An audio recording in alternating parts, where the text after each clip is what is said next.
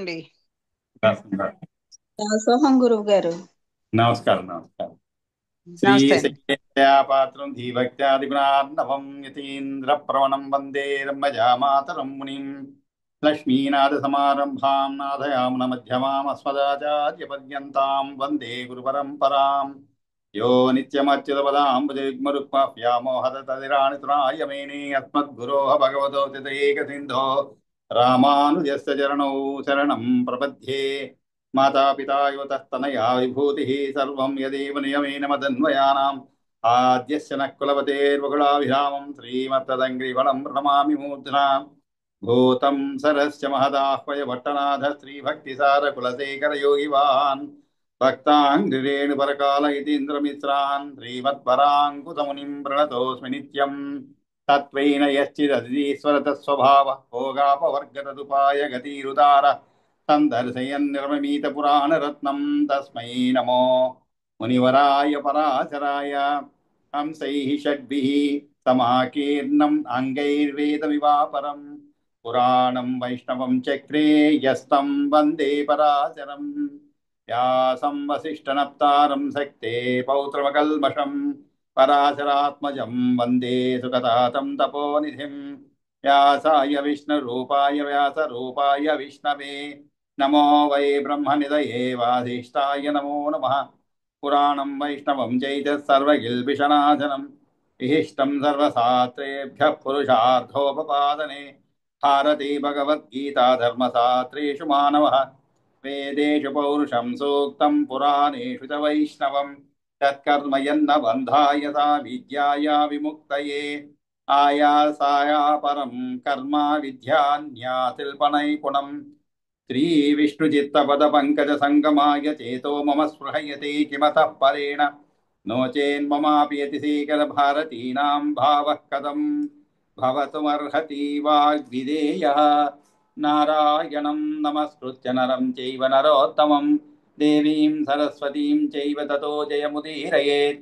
శాంతాకారం భుజగసేనం పద్మనాభం సురేశం విశ్వాకారం గగన సదృశం మేఘవర్ణం శుభాంగం లక్ష్మీకాంతం కమలనయనం యోగిహృద్యానగమ్యం వందే విష్ణుం భవభయహరం సర్వలోకైకనాథం.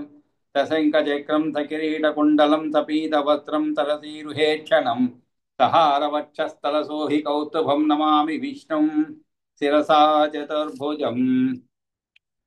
మనం శ్రీ విష్ణు పురాణంలో ఇక ప్రథమ అంశంలో ఉన్నాం అన్నమాట. ఈ ప్రథమ అంశంలో కూడా 7వ అధ్యాయంలో ఉన్నాం. ఈ 7వ అధ్యాయం ప్రారంభమై కూడా ఒక 8వ తారీఖు ప్రారంభమైంది. ఆ 8వ తారీఖు మనం ఒక 15 శ్లోకాల వరకు చెప్పుకోగలిగాం అనమాట. ఇక్కడ ముఖ్యంగా ఈ 7వ అధ్యాయంలో మరీచి ఉన్నటువంటి ప్రజాపతులు, తర్వాత స్వయంభువమను సంతాన వర్ణన ఇది జరుగుతుంది అనమాట. దీంట్లో పరాశరుడు మొదటి శ్లోకంలో పరాశర ఉవాచ అని ఉంటుంది. అంటే మామూలుగా రాత్రి అడగటము, తరువాత దానికి సమాధానంగా పరాశరుడు చెప్పడము జరుగుతుంది అనమాట.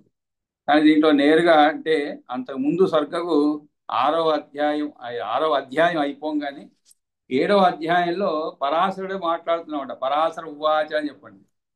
ఆయన ఏం చెప్తున్నారు? మొదటి శ్లోకంలోనే ఆ బ్రహ్మ ధ్యానిస్తూ ఉండగా ఆయన దేహం వల్ల సంభవించినటువంటి శరీరాలతోనూ ఇంద్రియాలతోనూ మానసిక జీవులు జన్మించారనమాట. ఆ సృష్టి ధ్యాన సంకల్పం యొక్క శరీరాల నుంచి అంటే అవయవాల నుంచి క్షేత్రజ్ఞులు జన్మించారు. వారంతా ముందు నాచే చెప్పబడిన వారే.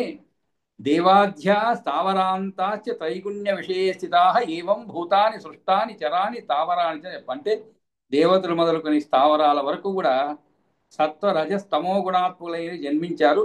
ఈ విధంగా చరాలు అచరాలుగా ప్రాణులు సృష్టించబడ్డాయి. ఆ తరువాత ఆ ధీమంతుని ఆ త్రిగుణజన్య సంతతి ఆయన అనుకున్నంతగా వృద్ధి పొందకపోవడంచే, ఎందుకంటే మనకి ఒక 3 రోజులు గ్యాప్ వచ్చిందనమాట. 8వ తారీఖు తర్వాత 9, 10 ఇందువల్ల కొద్దిగా 7వ అధ్యాయంలో ఏం జరిగిందని ముందుగా తెలుసుకుందాం. తర్వాత ఈరోజు చెప్పవలసిన పాఠాన్ని వెళ్ళిపోదాం. కాబట్టి ఆయనకి బ్రహ్మకి ఏమైనది? ఆ ధీమంతుని ఆ త్రిగుణజన్య సంతతి ఆయన అనుకున్నంతగా వృద్ధి పొందకపోవడం చేత ఆయన తనతో సమానమైనటువంటి మానస పుత్రును సృజించాడు అన్నమాట. వారెవరు ఆ మానస పుత్రులు? భృగువు, పులస్తుడు, పులహుడు, క్రతువు, అంగిరసుడు, మరీచి, దక్షుడు, అత్రి, వశిష్ఠుడు.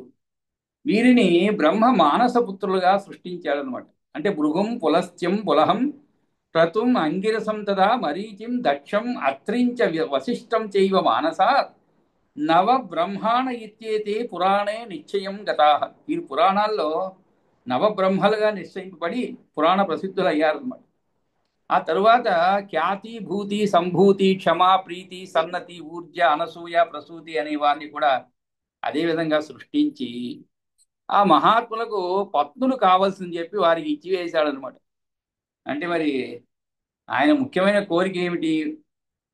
జన్య సంతతి ఆయన అనుకున్నంతగా వృద్ధి పొందకపోవటం చేత వీరిని మహర్షులు సృష్టించారనమాట, భృగు పులస్త్ర మౌలని. సరే, వారికి మరి పత్నులుగా ఎవరైనా స్వీకరించబడితేనే కదండి తర్వాత సంతతి పెరగటం అవన్నీ జరుగుతుంది. కాబట్టి ఏం చేశాడు ఆయన? ఖ్యాతిం, భూతించ, సంభూతిం, క్షమాం, ప్రీతిం తథైవ చ సన్నతించ తదైవ సదైవోర్జాం, అనసూయాం తథైవ చ ప్రసూతిం చ తదా సృష్ట్వా దదౌ తేషాం మహాత్మనాం. తథా సృష్ట్వా అంటే సృష్టించి అని అనమాట. దదౌ అంటే ఇచ్చారు. ఎవరికి ఇచ్చారు? తేషాం మహాత్మనాం. ఆ మహాత్ములకి పత్నులుగా ఇచ్చేశాడు ఈయన. ఎవరు ఆ మహాత్ములు? భృగువు, పులస్తుడు, పులహుడు, క్రతువు, అంగిరసుడు, మరీచి, దక్షుడు, అత్రి, వశిష్ఠుడు. వీరందరికీ ఇచ్చేశారనమాట భార్యలుగా. పత్నులు కావలసిందని చెప్పి వారికి ఇచ్చివేశారనమాట. సరే, ఆ తర్వాత మొదట బ్రహ్మచేత ఇంత ముందే సృష్టించబడ్డారు. ఎవరు? సనందనాథులు అనమాట. ఆ సనందనాథులు సృష్టించబడినటువంటి వారు కూడా ఎటువంటి సంతానాపేక్ష లేక ప్రపంచ విషయాసక్తి లేకుండా ఉండిపోయారనమాట. సనందనాదయో ఏచ పూర్వం సృష్టాస్తు వేదస. వేదస అంటే బ్రహ్మచేత సృష్టాస్తు సృష్టించబడినట్లు వారిన ఆ సనందనాదులు ఎవరైతే ఉన్నారో నతే లోకేషు అసంజంత నిరపేక్ష ప్రజాసుతే. కానీ వాళ్ళు నా తే లోకేషు అసజ్జంత అంటే ఏమిటి? వారు సంతానాపేక్ష లేని దానివల్ల ఎవరిని సృష్టించలేదన్నమాట. అంటే సంతానం కలగలేదు వాళ్ళకి. కాబట్టి ఈ నవబ్రహ్మలకు ముందుగా పుట్టింపబడినటువంటి ఆ సనందాదులు నలుగురును కూడా లౌకిక విషయాలు అంటే శబ్దస్పర్శాది విషయ భోగములపై ఆసక్తి కలవారు కాదన్నమాట. మరి వాటిలో ఆసక్తి ఉంటేనే కదండి సంతానాపేక్ష అనేది కలుగుతుంది అన్నమాట. అంటే ఈ ఇంద్రియాలపైన ఆపేక్ష ఉండి అవి అందించేటువంటి అనుభవాలన్నీ కూడా, అంటే దేనివల్ల కలిగేటువంటి అనుభవాలు అవన్నీ కూడా శబ్దస్పర్శాది అన్నమాట. అటువంటి విషయ భోగముల పైన ఆసక్తి గల వారు కాదనమాట. అదే కారణం సంతానం ఏమైనది కనుటయందు కూడా కోరిక లేక విరక్తులైనారనమాట. వారంతా జ్ఞాన సంపన్నులై సర్వే తేహి ఆగత జ్ఞాన. సర్వే తేహి అంటే వారందరూ కూడా ఆగత జ్ఞాన అంటే మీ జ్ఞాన సంపన్నులై. ఆగత అంటే ఏమిటండి? వచ్చినటువంటి అని. ఏమి వచ్చినది వాళ్ళకి? సమ్యక్ జ్ఞానం సిద్ధించడమే అనమాట అందుకు కారణం. కాబట్టి ఆగత అంటే వచ్చినటువంటి అని అర్థం సంస్కృతంలో. ఆగంతకుడు అంటుంటాం, అంటే వచ్చినవాడు అని. ఇక్కడ ఆగంత అంటే ఏమిటి? వాళ్ళకి వచ్చినది ఏం వచ్చినది? జ్ఞానం వచ్చినది. ఎటువంటి జ్ఞానం? మనం ఏదో అనుకుంటుంటాం, మనం ఏదో కొద్దిగా రెండు పుస్తకాలు చదివిన తర్వాత మనకే మహా జ్ఞానం వచ్చింది అనుకుంటుంటాం. అటువంటి జ్ఞానం కాదనమాట వారికి. అంటే బ్రహ్మజ్ఞానం వారికి సమ్యక్ జ్ఞానం సిద్ధించింది అనమాట. అందుచేత ఏమయ్యారు వారు? వీత రాగులు విమస్తరులను అయినారనమాట అందరూ కూడా. అంటే ఇక్కడ అటువంటి జ్ఞానం పొందినటువంటి వారు ఈ విధంగా వీతరాగులు, తర్వాత విమత్సరులు, విమత్సరులు. వి అంటే ఏమిటి? లేనటువంటి అని అర్థం సంస్కృతం. వి అంటే సంస్కృతం ఎప్పుడన్నా బాగా నేర్చుకోవాలి అనుకుంటే చాలా సులభం అండి. బాగా నేర్చుకోవాలి, ఉత్సాహం ఉండేవి చాలా సులభం. పదాలని విభజించడం నేర్చుకోవాలన్నమాట ముందుగా. ఉదాహరణకి వి అని ఉన్నది. వి అంటే ఏమిటి? సంస్కృతంలో లేదు అని విరాగి అంటుంటాం, రాగం లేనటువంటి వాడు. అలా విశేషణలో కూడా అర్థం అవుతుంది. కాబట్టి ఈ విధంగా ధాతువులు నేర్చుకుని దాన్ని కలుపుకుంటూ పోతే కొంతవరకు సులభంగా అర్థమవుతుంది. ఇక్కడ వీత రాగులు అన్నారు. వీత అంటే లేనటువంటి కూడా అర్థం అన్నమాట. రాగములు లేనటువంటి. రాగం అంటే ఏమిటి? కోరికలు కానీ ఎటువంటి లేనటువంటి వారు. మనం కూడా ఆ స్థితికి నెమ్మదిగా చేరుతుంటాం. మనకు కొంచెం సమయం పడుతుంది అనమాట. మొదట్లో ప్రతి దాంట్లో కూడా మనం చాలా ఆసక్తిగా ఉంటాం. అది మనలో గమనిస్తూ ఉండొచ్చు మనం. అంటే మన సాధారణ జీవితం మనంతా లౌకిక జీవితానికి బాగా అలవాటు పడిపోయాను అన్నమాట. ఆధ్యాత్మిక జీవితానికి చాలా తక్కువ అన్నమాట. మన దైనందిక జీవితంలో కూడా రోజులో ఆధ్యాత్మికతకు మనం ఆ ఇచ్చేటువంటి సమయము చాలా తక్కువ అన్నమాట. ఎందుకంటే ఈ విషయాసక్తి మనకి ఎక్కువగా ఉంటుందన్నమాట. గంటల గంటలు కూడా ఏదో, అంటే అసలు మనకి పనికిరానటువంటి విషయం పైన కూడా ఎంతో ఎన్నో గంటలు చర్చిస్తూ ఉంటాం. చర్చిస్తూ ఉంటాం. వెచ్చించడం అంటే ఏమిటి? మనం చాలా కష్టపడి సంపాదించుకున్న సమయం అన్నమాట. దాన్ని ఖర్చు చేస్తూ ఉంటాం. అనాసక్తి విషయం అన్నమాట. అంటే అవి మనకేమి ప్రయోజనకరమైనటువంటి విషయం కాదు. అది ఏ విధంగానూ ప్రయోజనకరం కాదు, కానీ దానిపైన ఆసక్తి ఉంటుంది మనకి. అన్ని విషయాల్లో అదాగండి. మనం తినేటువంటి ఆహారం కానీ ఎంతో ఆసక్తి ఉంటుంది. అది తినాలి, ఇది తినాలి, కానీ అవి ఏవి కూడా మనకి శరీరానికి అంతగా ఉపయోగకరమైనటువంటిది కాదనమాట. అన్నీ కాదండి. అలా అందరూ కాదు, కొంతమంది. అటువంటి భావాలు లేకుండా పోవడం వీతరాగం అంటే. అంటే ఏమిటి? ఒక నియమాలు పాటిస్తూ శాస్త్రాలు చెప్పినట్లుగా ఆహార వ్యవహారాల్లో, మన గీతోపదేశంలో కూడా మనకి, అంటే భగవద్గీతలో కూడా మనం ఎంత ఆహారం తీసుకోవాలి, ఎంత ఖాళీ ఉంచాలి కడుపు, ఎంత జలము తీసుకోవాలి, ఇవన్నీ కూడా చెప్పున్నారు. ఆ ప్రకారంగా మనం ఆహార నియమాలు పాటిస్తే ఆరోగ్యం మనకి డోకా లేదు, అనారోగ్యం అనేది దగ్గరికి రాదు. కొన్ని నియమాలు ఉన్నాయి మనకి, అంటే ఏవైతే చాలా సులభంగా మనం పొందవచ్చో అటువంటి నియమాలు, ఎటువంటి ఖర్చు లేకుండా మన నియమాలు ఉన్నాయి. కానీ మన దురదృష్టాలు ఏమిటంటే ఆ ఖర్చు లేని నియమాలను పాటించలేమన్నమాట. అంటే అందుకే మనకి యోగా అనేది ఒకటి కనిపెట్టబడింది మన దేశంలో. భారతదేశంలో యోగా అనేది కనిపెట్టింది. దాని ద్వారా కూడా మీకు ఆరోగ్యాన్ని అతి సులభంగా, ఎటువంటి ఖర్చు లేకుండా, అంటే మన శరీరానికి రోగ నిరోధక శక్తి అని ఒకటి ఉంటుంది అనమాట. అంటే శరీరం దాని అంతటా అదే, ఎటువంటి శత్రువు మన పైన దాడి చేసినా కూడా మన శరీరం పైన వెంటనే దానికి కత్తి డాలు పట్టుకొని మనకు కనబడదండి. అవన్నీ కనబడకుండా లోపల జరుగుతూ ఉంటుంది. మనకి ఏదైనా చెయ్యి తెగింది అనుకోండి, చిన్న గాయం తగిలింది, మరి రక్తం ఎలా నిలిచిపోతుందండి? లేకుంటే గాయం అయితే రక్తం పోతూనే ఉండాలి కదా. కానీ శరీరం స్పందిస్తుంది అనమాట వెంటనే. ఇవన్నీ ఎందుకు చెప్తుంటే ఇక్కడ వీత రాగులు, కానీ ఇవన్నీ మనకి శరీరాన్ని కాపాడుకోవాలి జాగ్రత్తగా అనేటువంటివి మనం ముందు నుంచి ఉండాలన్నమాట. అప్పుడే మనం, అంతేగాని అనారోగ్యం పాలవి, అది అవి జరుగుతుండే అనారోగ్యం పాలైన తర్వాత మందులు వేసుకోవడం, ఆ తర్వాత ఏవేవో చేస్తూ ఉండడం, యోగా థెరపీలు, అన్ని థెరపీలు చేస్తూ ఉంటాము. సరే, ఇక్కడ ఎందుకు వచ్చిందంటే ఇవంతా వీత రాగం, అంటే ఎటువంటి కోరికలు లేకుండా ప్రశాంతంగా ఉండడం. మరి ఆ కోరికలు లేని వాడికి సంతానోత్పత్తి జరుగుతుందంటే జరగదు, ఎందుకంటే జీవితం పైనే కోరిక లేదు. అందువలన అటువంటి సనందనాదులకి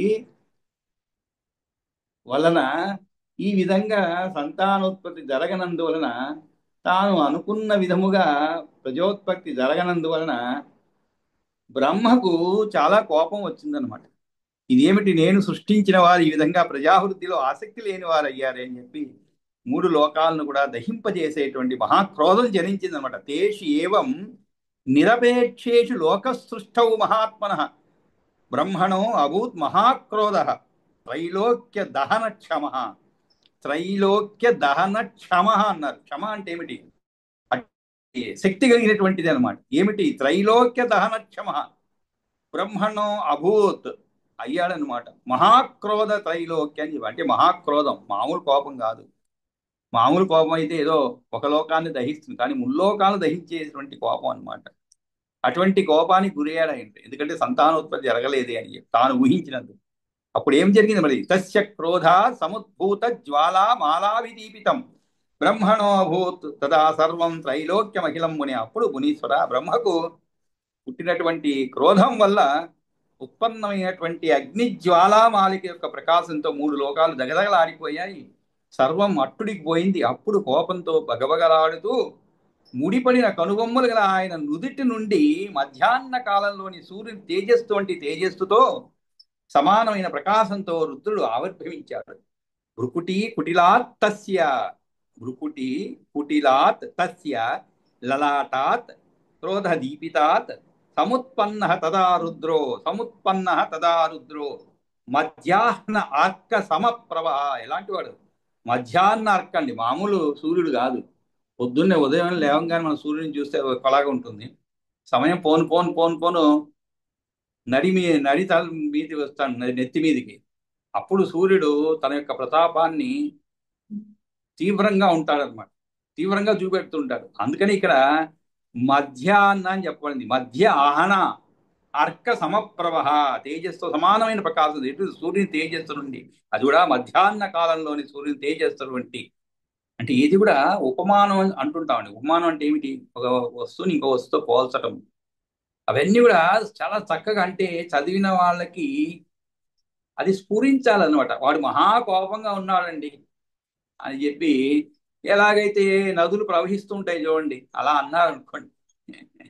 అంటే నదులు ప్రవహించేది అనుకును, ఈయనకి కోపానికి అసలు పోలికే లేదు. అదే తుఫాను వచ్చినప్పుడు సముద్రం అల్లకల్లోలం అవుతుంది కదండి, అలా ఉందండి మైండ్ అంతా, మనసంతా కూడా అల్లకల్లోలంగా ఉందండి అంటుంటాం. అది సరైన పోలిక. అంటే విన్నవాడికి వీడి కోపం ఎలా అర్థం అవ్వాలి అల్లకల్లోలం అంటే, వెంటనే కన్ను ముందు సముద్రం, తుఫాన్లో సముద్రం లాగా తెలియాలన్నమాట. ఇక్కడ అది చక్కగా చక్కటి ఉపమానం చెప్పాడు. అందుకనే మధ్యాహ్న కాలంలోని సూర్యుని తేజస్సు వంటి తేజస్సుతో సమానమైన ప్రకాశంతో రుద్రుడు ఆవిర్భవించాడు. ఆయన ఎలా ఉన్నాడు? ఆయన సగం స్త్రీ, అర్ధ నారీ, అర్ధ నారీ, నర వపు, ప్రచండో అతి శరీరవాన్, విభజ విభజ ఆత్మానమిత్యుక్త్వా, విభజ, అక్కడ చూడండి, విభజాత్మాన అని చెప్పండి. విభజాత్మానం అని, విభజ అంటే ఇక్కడ విడిగా చదువుకోవాలి మనం. విభజ అంటే ఒకరు ఎవరు చెప్పారని. కురు అంటాం ఈ సంస్కృతం, అంటే చెయ్యి అని అనమాట.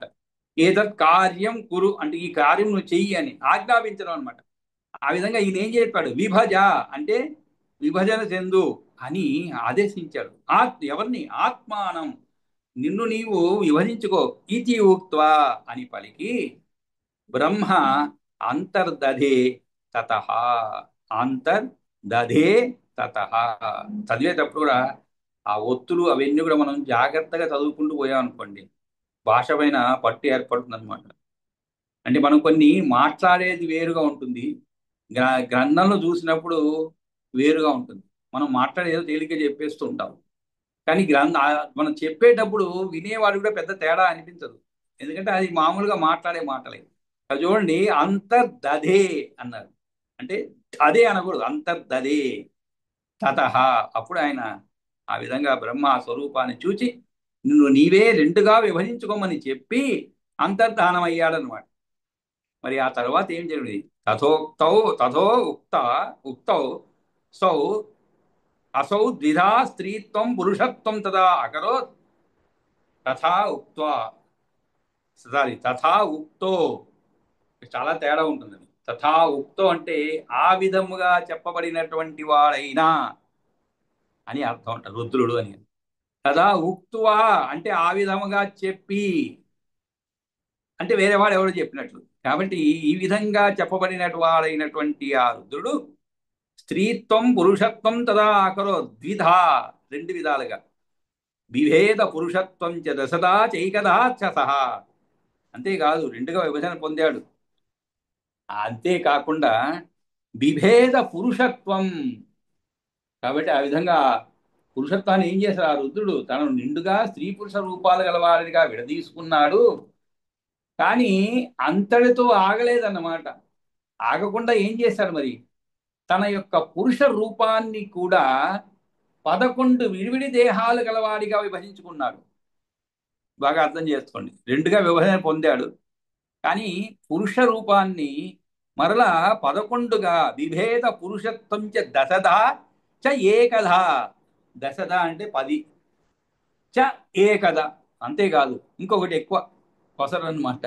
అందుకనే చ ఏకధ అన్నారు, అంటే ఇంకొకటిగా, అంటే ఏంటి? మొత్తం 11గా, సహా అంటే ఆ రుద్రుడు.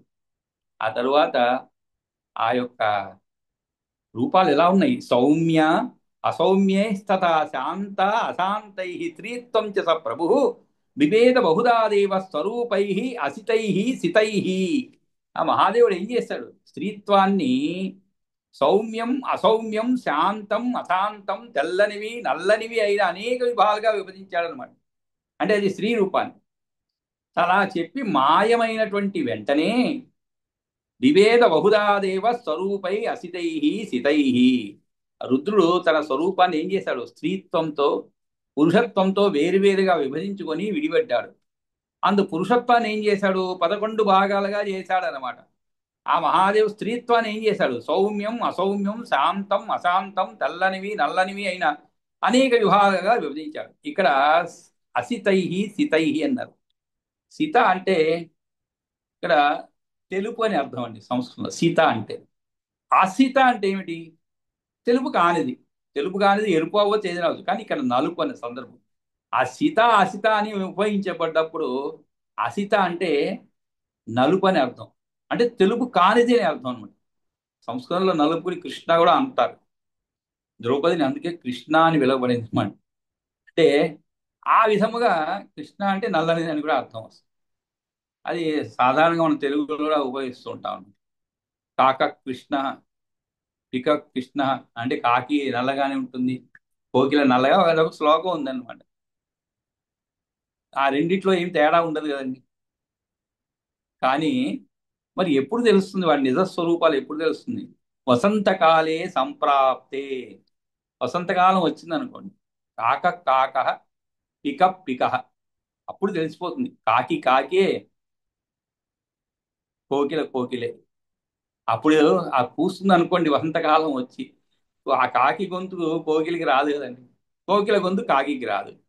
కాబట్టి దేని గొంతు దానిదే అన్నమాట. ఆ విధంగానే మనుషుల్లో కూడా అందరూ ఒకలాగానే ఉంటారండి. కానీ ఒక క్లిష్ట సమయం వచ్చింది అనుకోండి, అప్పుడు ఎవరి నైజం అంటే ఎవరి స్వభావం ఏమిటి అనేది బయటపడుతుంది అనమాట. అందరూ ఆనందంగా ఉన్నప్పుడు అందరూ ఒకలాగానే ఉంటారు మనతో.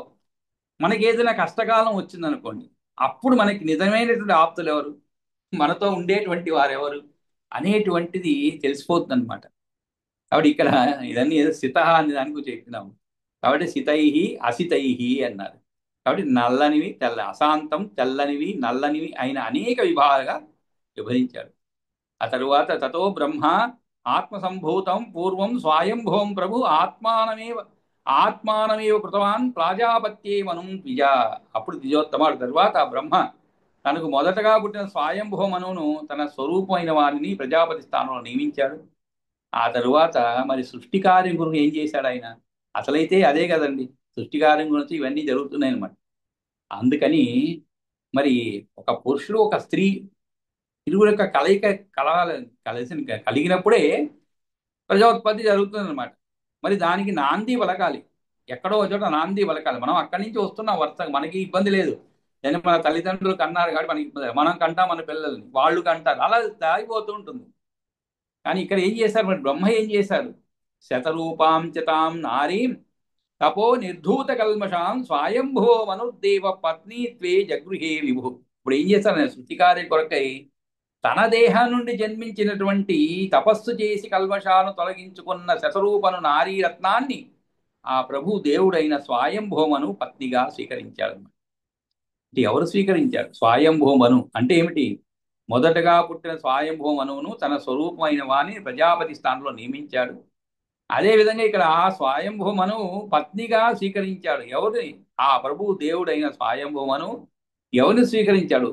నారీ రత్నాన్ని. ఎవరామె? శతరూప. ఎలా జన్మించింది ఆమె? తన యొక్క దేహము నుండి జన్మించినటువంటి ఆ శతరూపను పత్నిగా స్వీకరించాడు. ఇక్కడ ఒక సూక్ష్మం తెలుసుకోవాలి మనం. శతరూప జగృహే విభు అని చెప్పబడింది. ఇక్కడ మరి ఒక దోషం ఉండే అనమాట. ఏమిటా దోషము? తన దేహంలో సగముగా ఉన్నటువంటి శతరూప అని చెప్పబడింది అన్నమాట.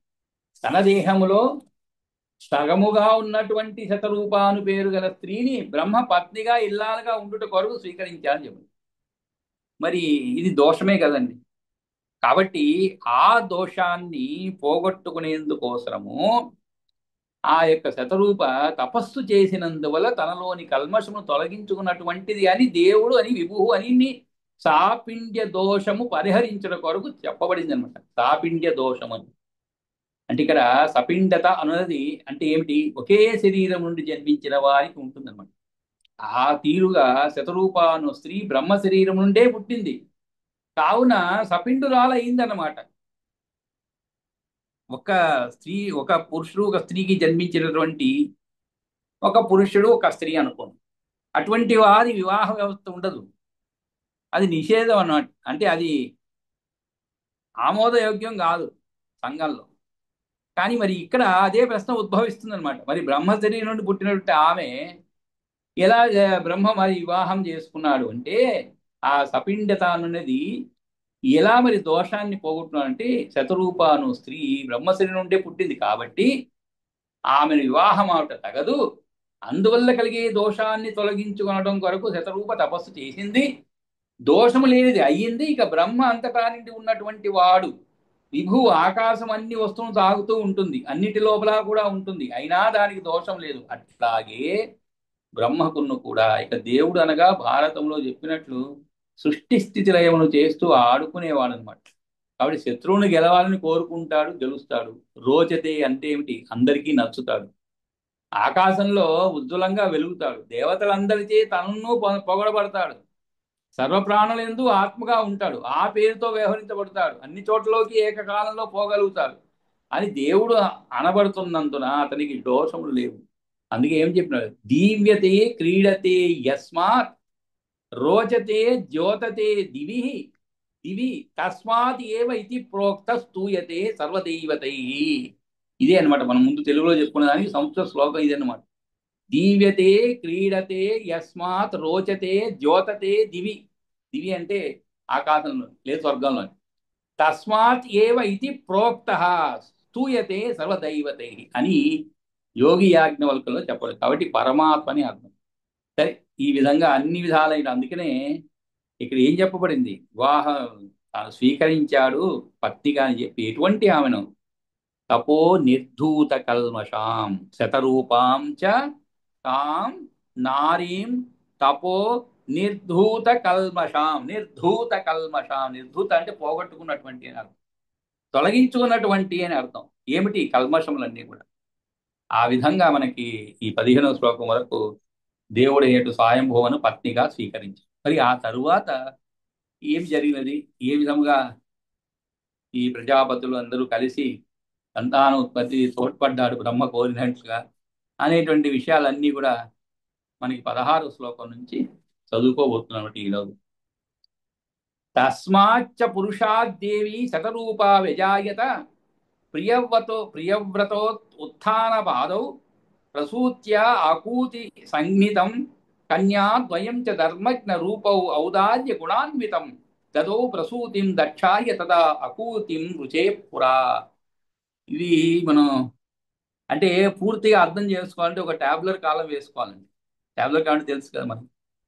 అంటే ఒక ట్యాబ్లెట్ వేసుకొని ఎవరు ఎవరికి జన్మించారు, ఆ తర్వాత ఎవరు పుట్టారు. ఉదాహరణ మహాభారతంలో కూడా చదువుతుంటే మనకి మహాభారతంలో ఎవరికి ఎవరికి జన్మించారు, ఎంతమంది నీకు అన్నారు, ఇవన్నీ ఒక కాలం వేసుకుంటూ పోతే మనకి మనసులో ఉండిపోతుంది. ఆ విధంగా ఇక్కడ కూడా దక్షుడికి ఎవరెవరు పుట్టారు, దక్షుడు భార్య ఎవరు, ఇవన్నీ కూడా వరుసగా వారికి ఎవరు పుట్టారు, వారికి ఎవరు పుట్టారు, ఇవన్నీ కూడా మనం చదువుతుంటూ పోతే పెద్దగా ఆసక్తి ఉండదన్నమాట. కానీ ఒక పేపర్ తీసుకొని రాసుకుంటూ పోయాను అనుకోండి, చాలా ఆసక్తికరంగా ఉంటుంది అనమాట. జ్ఞాపకం కూడా ఉంటుంది. అదే కాదు, అది పర్మనెంట్గా ఒక మనకి రికార్డుగా కూడా ఉంటుంది అనమాట.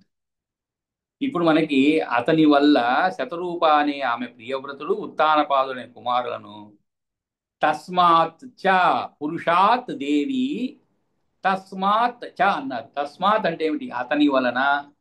తస్మాత్ చ అంటే వ్యజాయత అంటే కన్యదని. తస్మాత్ చ పురుషాత్ దేవి అంటే ఏమిటి? స్వయంభువను వలన శతరూపాదేవి ప్రియవ్రతుడు, పురుషాదేవి శతరూప వ్యజాయత ఆమెకు అనింది అనమాట. ఆమెకు అనింది అంటే మరి పురుష సంపర్కం ఉండాలి కదండి. కాబట్టి ఇక్కడ తస్మాత్ పురుషాత్ దేవి శతరూప.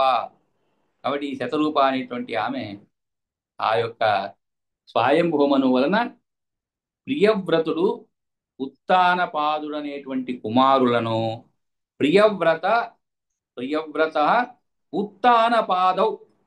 ఇక్కడ పాదౌ అని చెప్పబడిందండి. అంటే పాదం అంటే రెండు పాదాలు ఉంటాయి, కానీ ఈయన పేరు ఏమిటి? ఉత్తానపాదుడు ఆయన పేరు అనమాట. మరి ఉత్తాన పాద అని చెప్పాలి, కానీ ఉత్తాన పాదం అని ఎందుకు చెప్పాలి అంటే ప్రియవ్రత ఉత్తాన పాదం అంటే ఇద్దరు కదండి. అంటే మనకి సంస్కృతంలో ద్వివచనం ఉంటుందన్నమాట. అది అందరికీ తెలుసు. సంస్కృత భాష ఒక్కటి గొప్పతనం అదే అన్నమాట. ఇద్దరికి చెప్పేటప్పుడు ద్వివచనం ఉంటుంది. ఏ భాషలో ఉండదు. ఏ భాషలో అయినా సింగులర్, ప్లూరల్. ఇది కూడా రామాయణం చెప్పేటప్పుడు చాలా సందర్భాల్లో చెప్పడం జరుగుతుంది. అందుకే రామ, రామౌ, రామాహ అన్నారు. ఆ విధంగా ఇక్కడ ఇరువురిని కలిపి చెప్తున్నాడు. ప్రియవ్రతో ఉత్తాన పాదౌ అంటే ఆ ఇరువురిని కలిసి అన్నమాట ఇక్కడ. కానీ ఇక్కడ మనం చెప్పుకున్నటువంటి ద్వివచనం కాదు ఇక్కడ.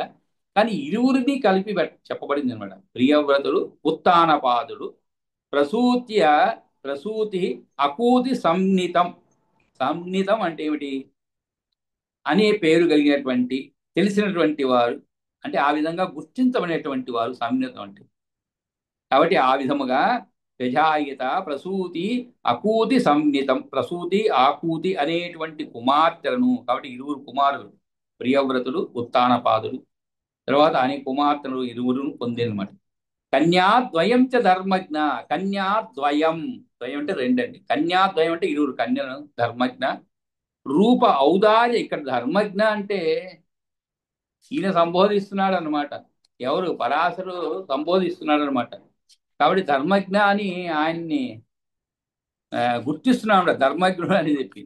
కాబట్టి ఆ విధంగా ధర్మజ్ఞ, కన్యాద్వయం చ ధర్మజ్ఞ, రూప ఔదార్య గుణాన్వితం. రూప ఔదార్య గుణ ఆన్వితం అంటే, అన్వితం అంటే కలిసి ఉన్నటువంటి అని అర్థం.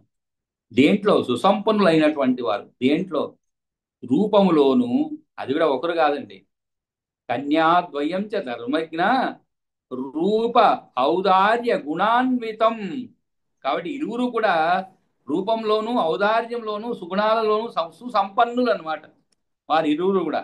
అటువంటి వారిలో ప్రసూతిని దక్షునకు దదౌ ప్రసూతిం దక్షాయ. ప్రసూతిం దక్షాయ, ఆకూతిని ఎవరికి ఇచ్చారు? ఋషికి ఇచ్చారనమాట. దదౌ ప్రసూతిం దక్షాయ తథా ఆకూతిం రుచేహ పురా. ఆకూతిం రుచేహే అంటే రుచికి ఇచ్చారు. ఆకూతిని రుచికి ఇచ్చారనమాట. వివాహం చేయడం జరిగింది అని అర్థం. ఇవ్వడం అంటే ఏమిటి? మనం కూడా అంటుంటాం, మామూలు పల్లెటూరు అంటాం, మీ అమ్మాయిని ఏ ఊరు ఇచ్చారని అంటుంది పల్లెటూరులో అండి. ఏ ఊరిని ఇచ్చారంటే అర్థం ఏమిటి? ఏ ఊరికి కోడలుగా పోయింది అని అర్థం అనమాట. అంటే ఏ ఊరికి, మీ అల్లుడు ఏ ఊరు వారు అనేటువంటి అర్థంలో అడుగుతారు అనమాట. ఇక్కడ ఆయనకి ఇచ్చారనమాట. ఎవరికి ఇచ్చారు? ఆకూతిని రుచికి, ప్రసూతిని దక్షుణకు. కాబట్టి ఆ విధంగా కన్యాద్వయం చ ధర్మజ్ఞ రూప ఔదార్య గుణాన్వితం దదౌ ప్రసూతిం దక్షాయ తదా ఆకూతిం రుచేపుర. ఆ తరువాత ప్రజాపతి స జగ్రాహ తయోర్యజ్ఞ సదక్షిణ పుత్రో యజ్ఞే మహాభాగ దాంపత్యం మిథునం తత. మహాభాగ, ఆ రుచి ప్రజాపతి ఆకూతుని స్వీకరించాడనమాట.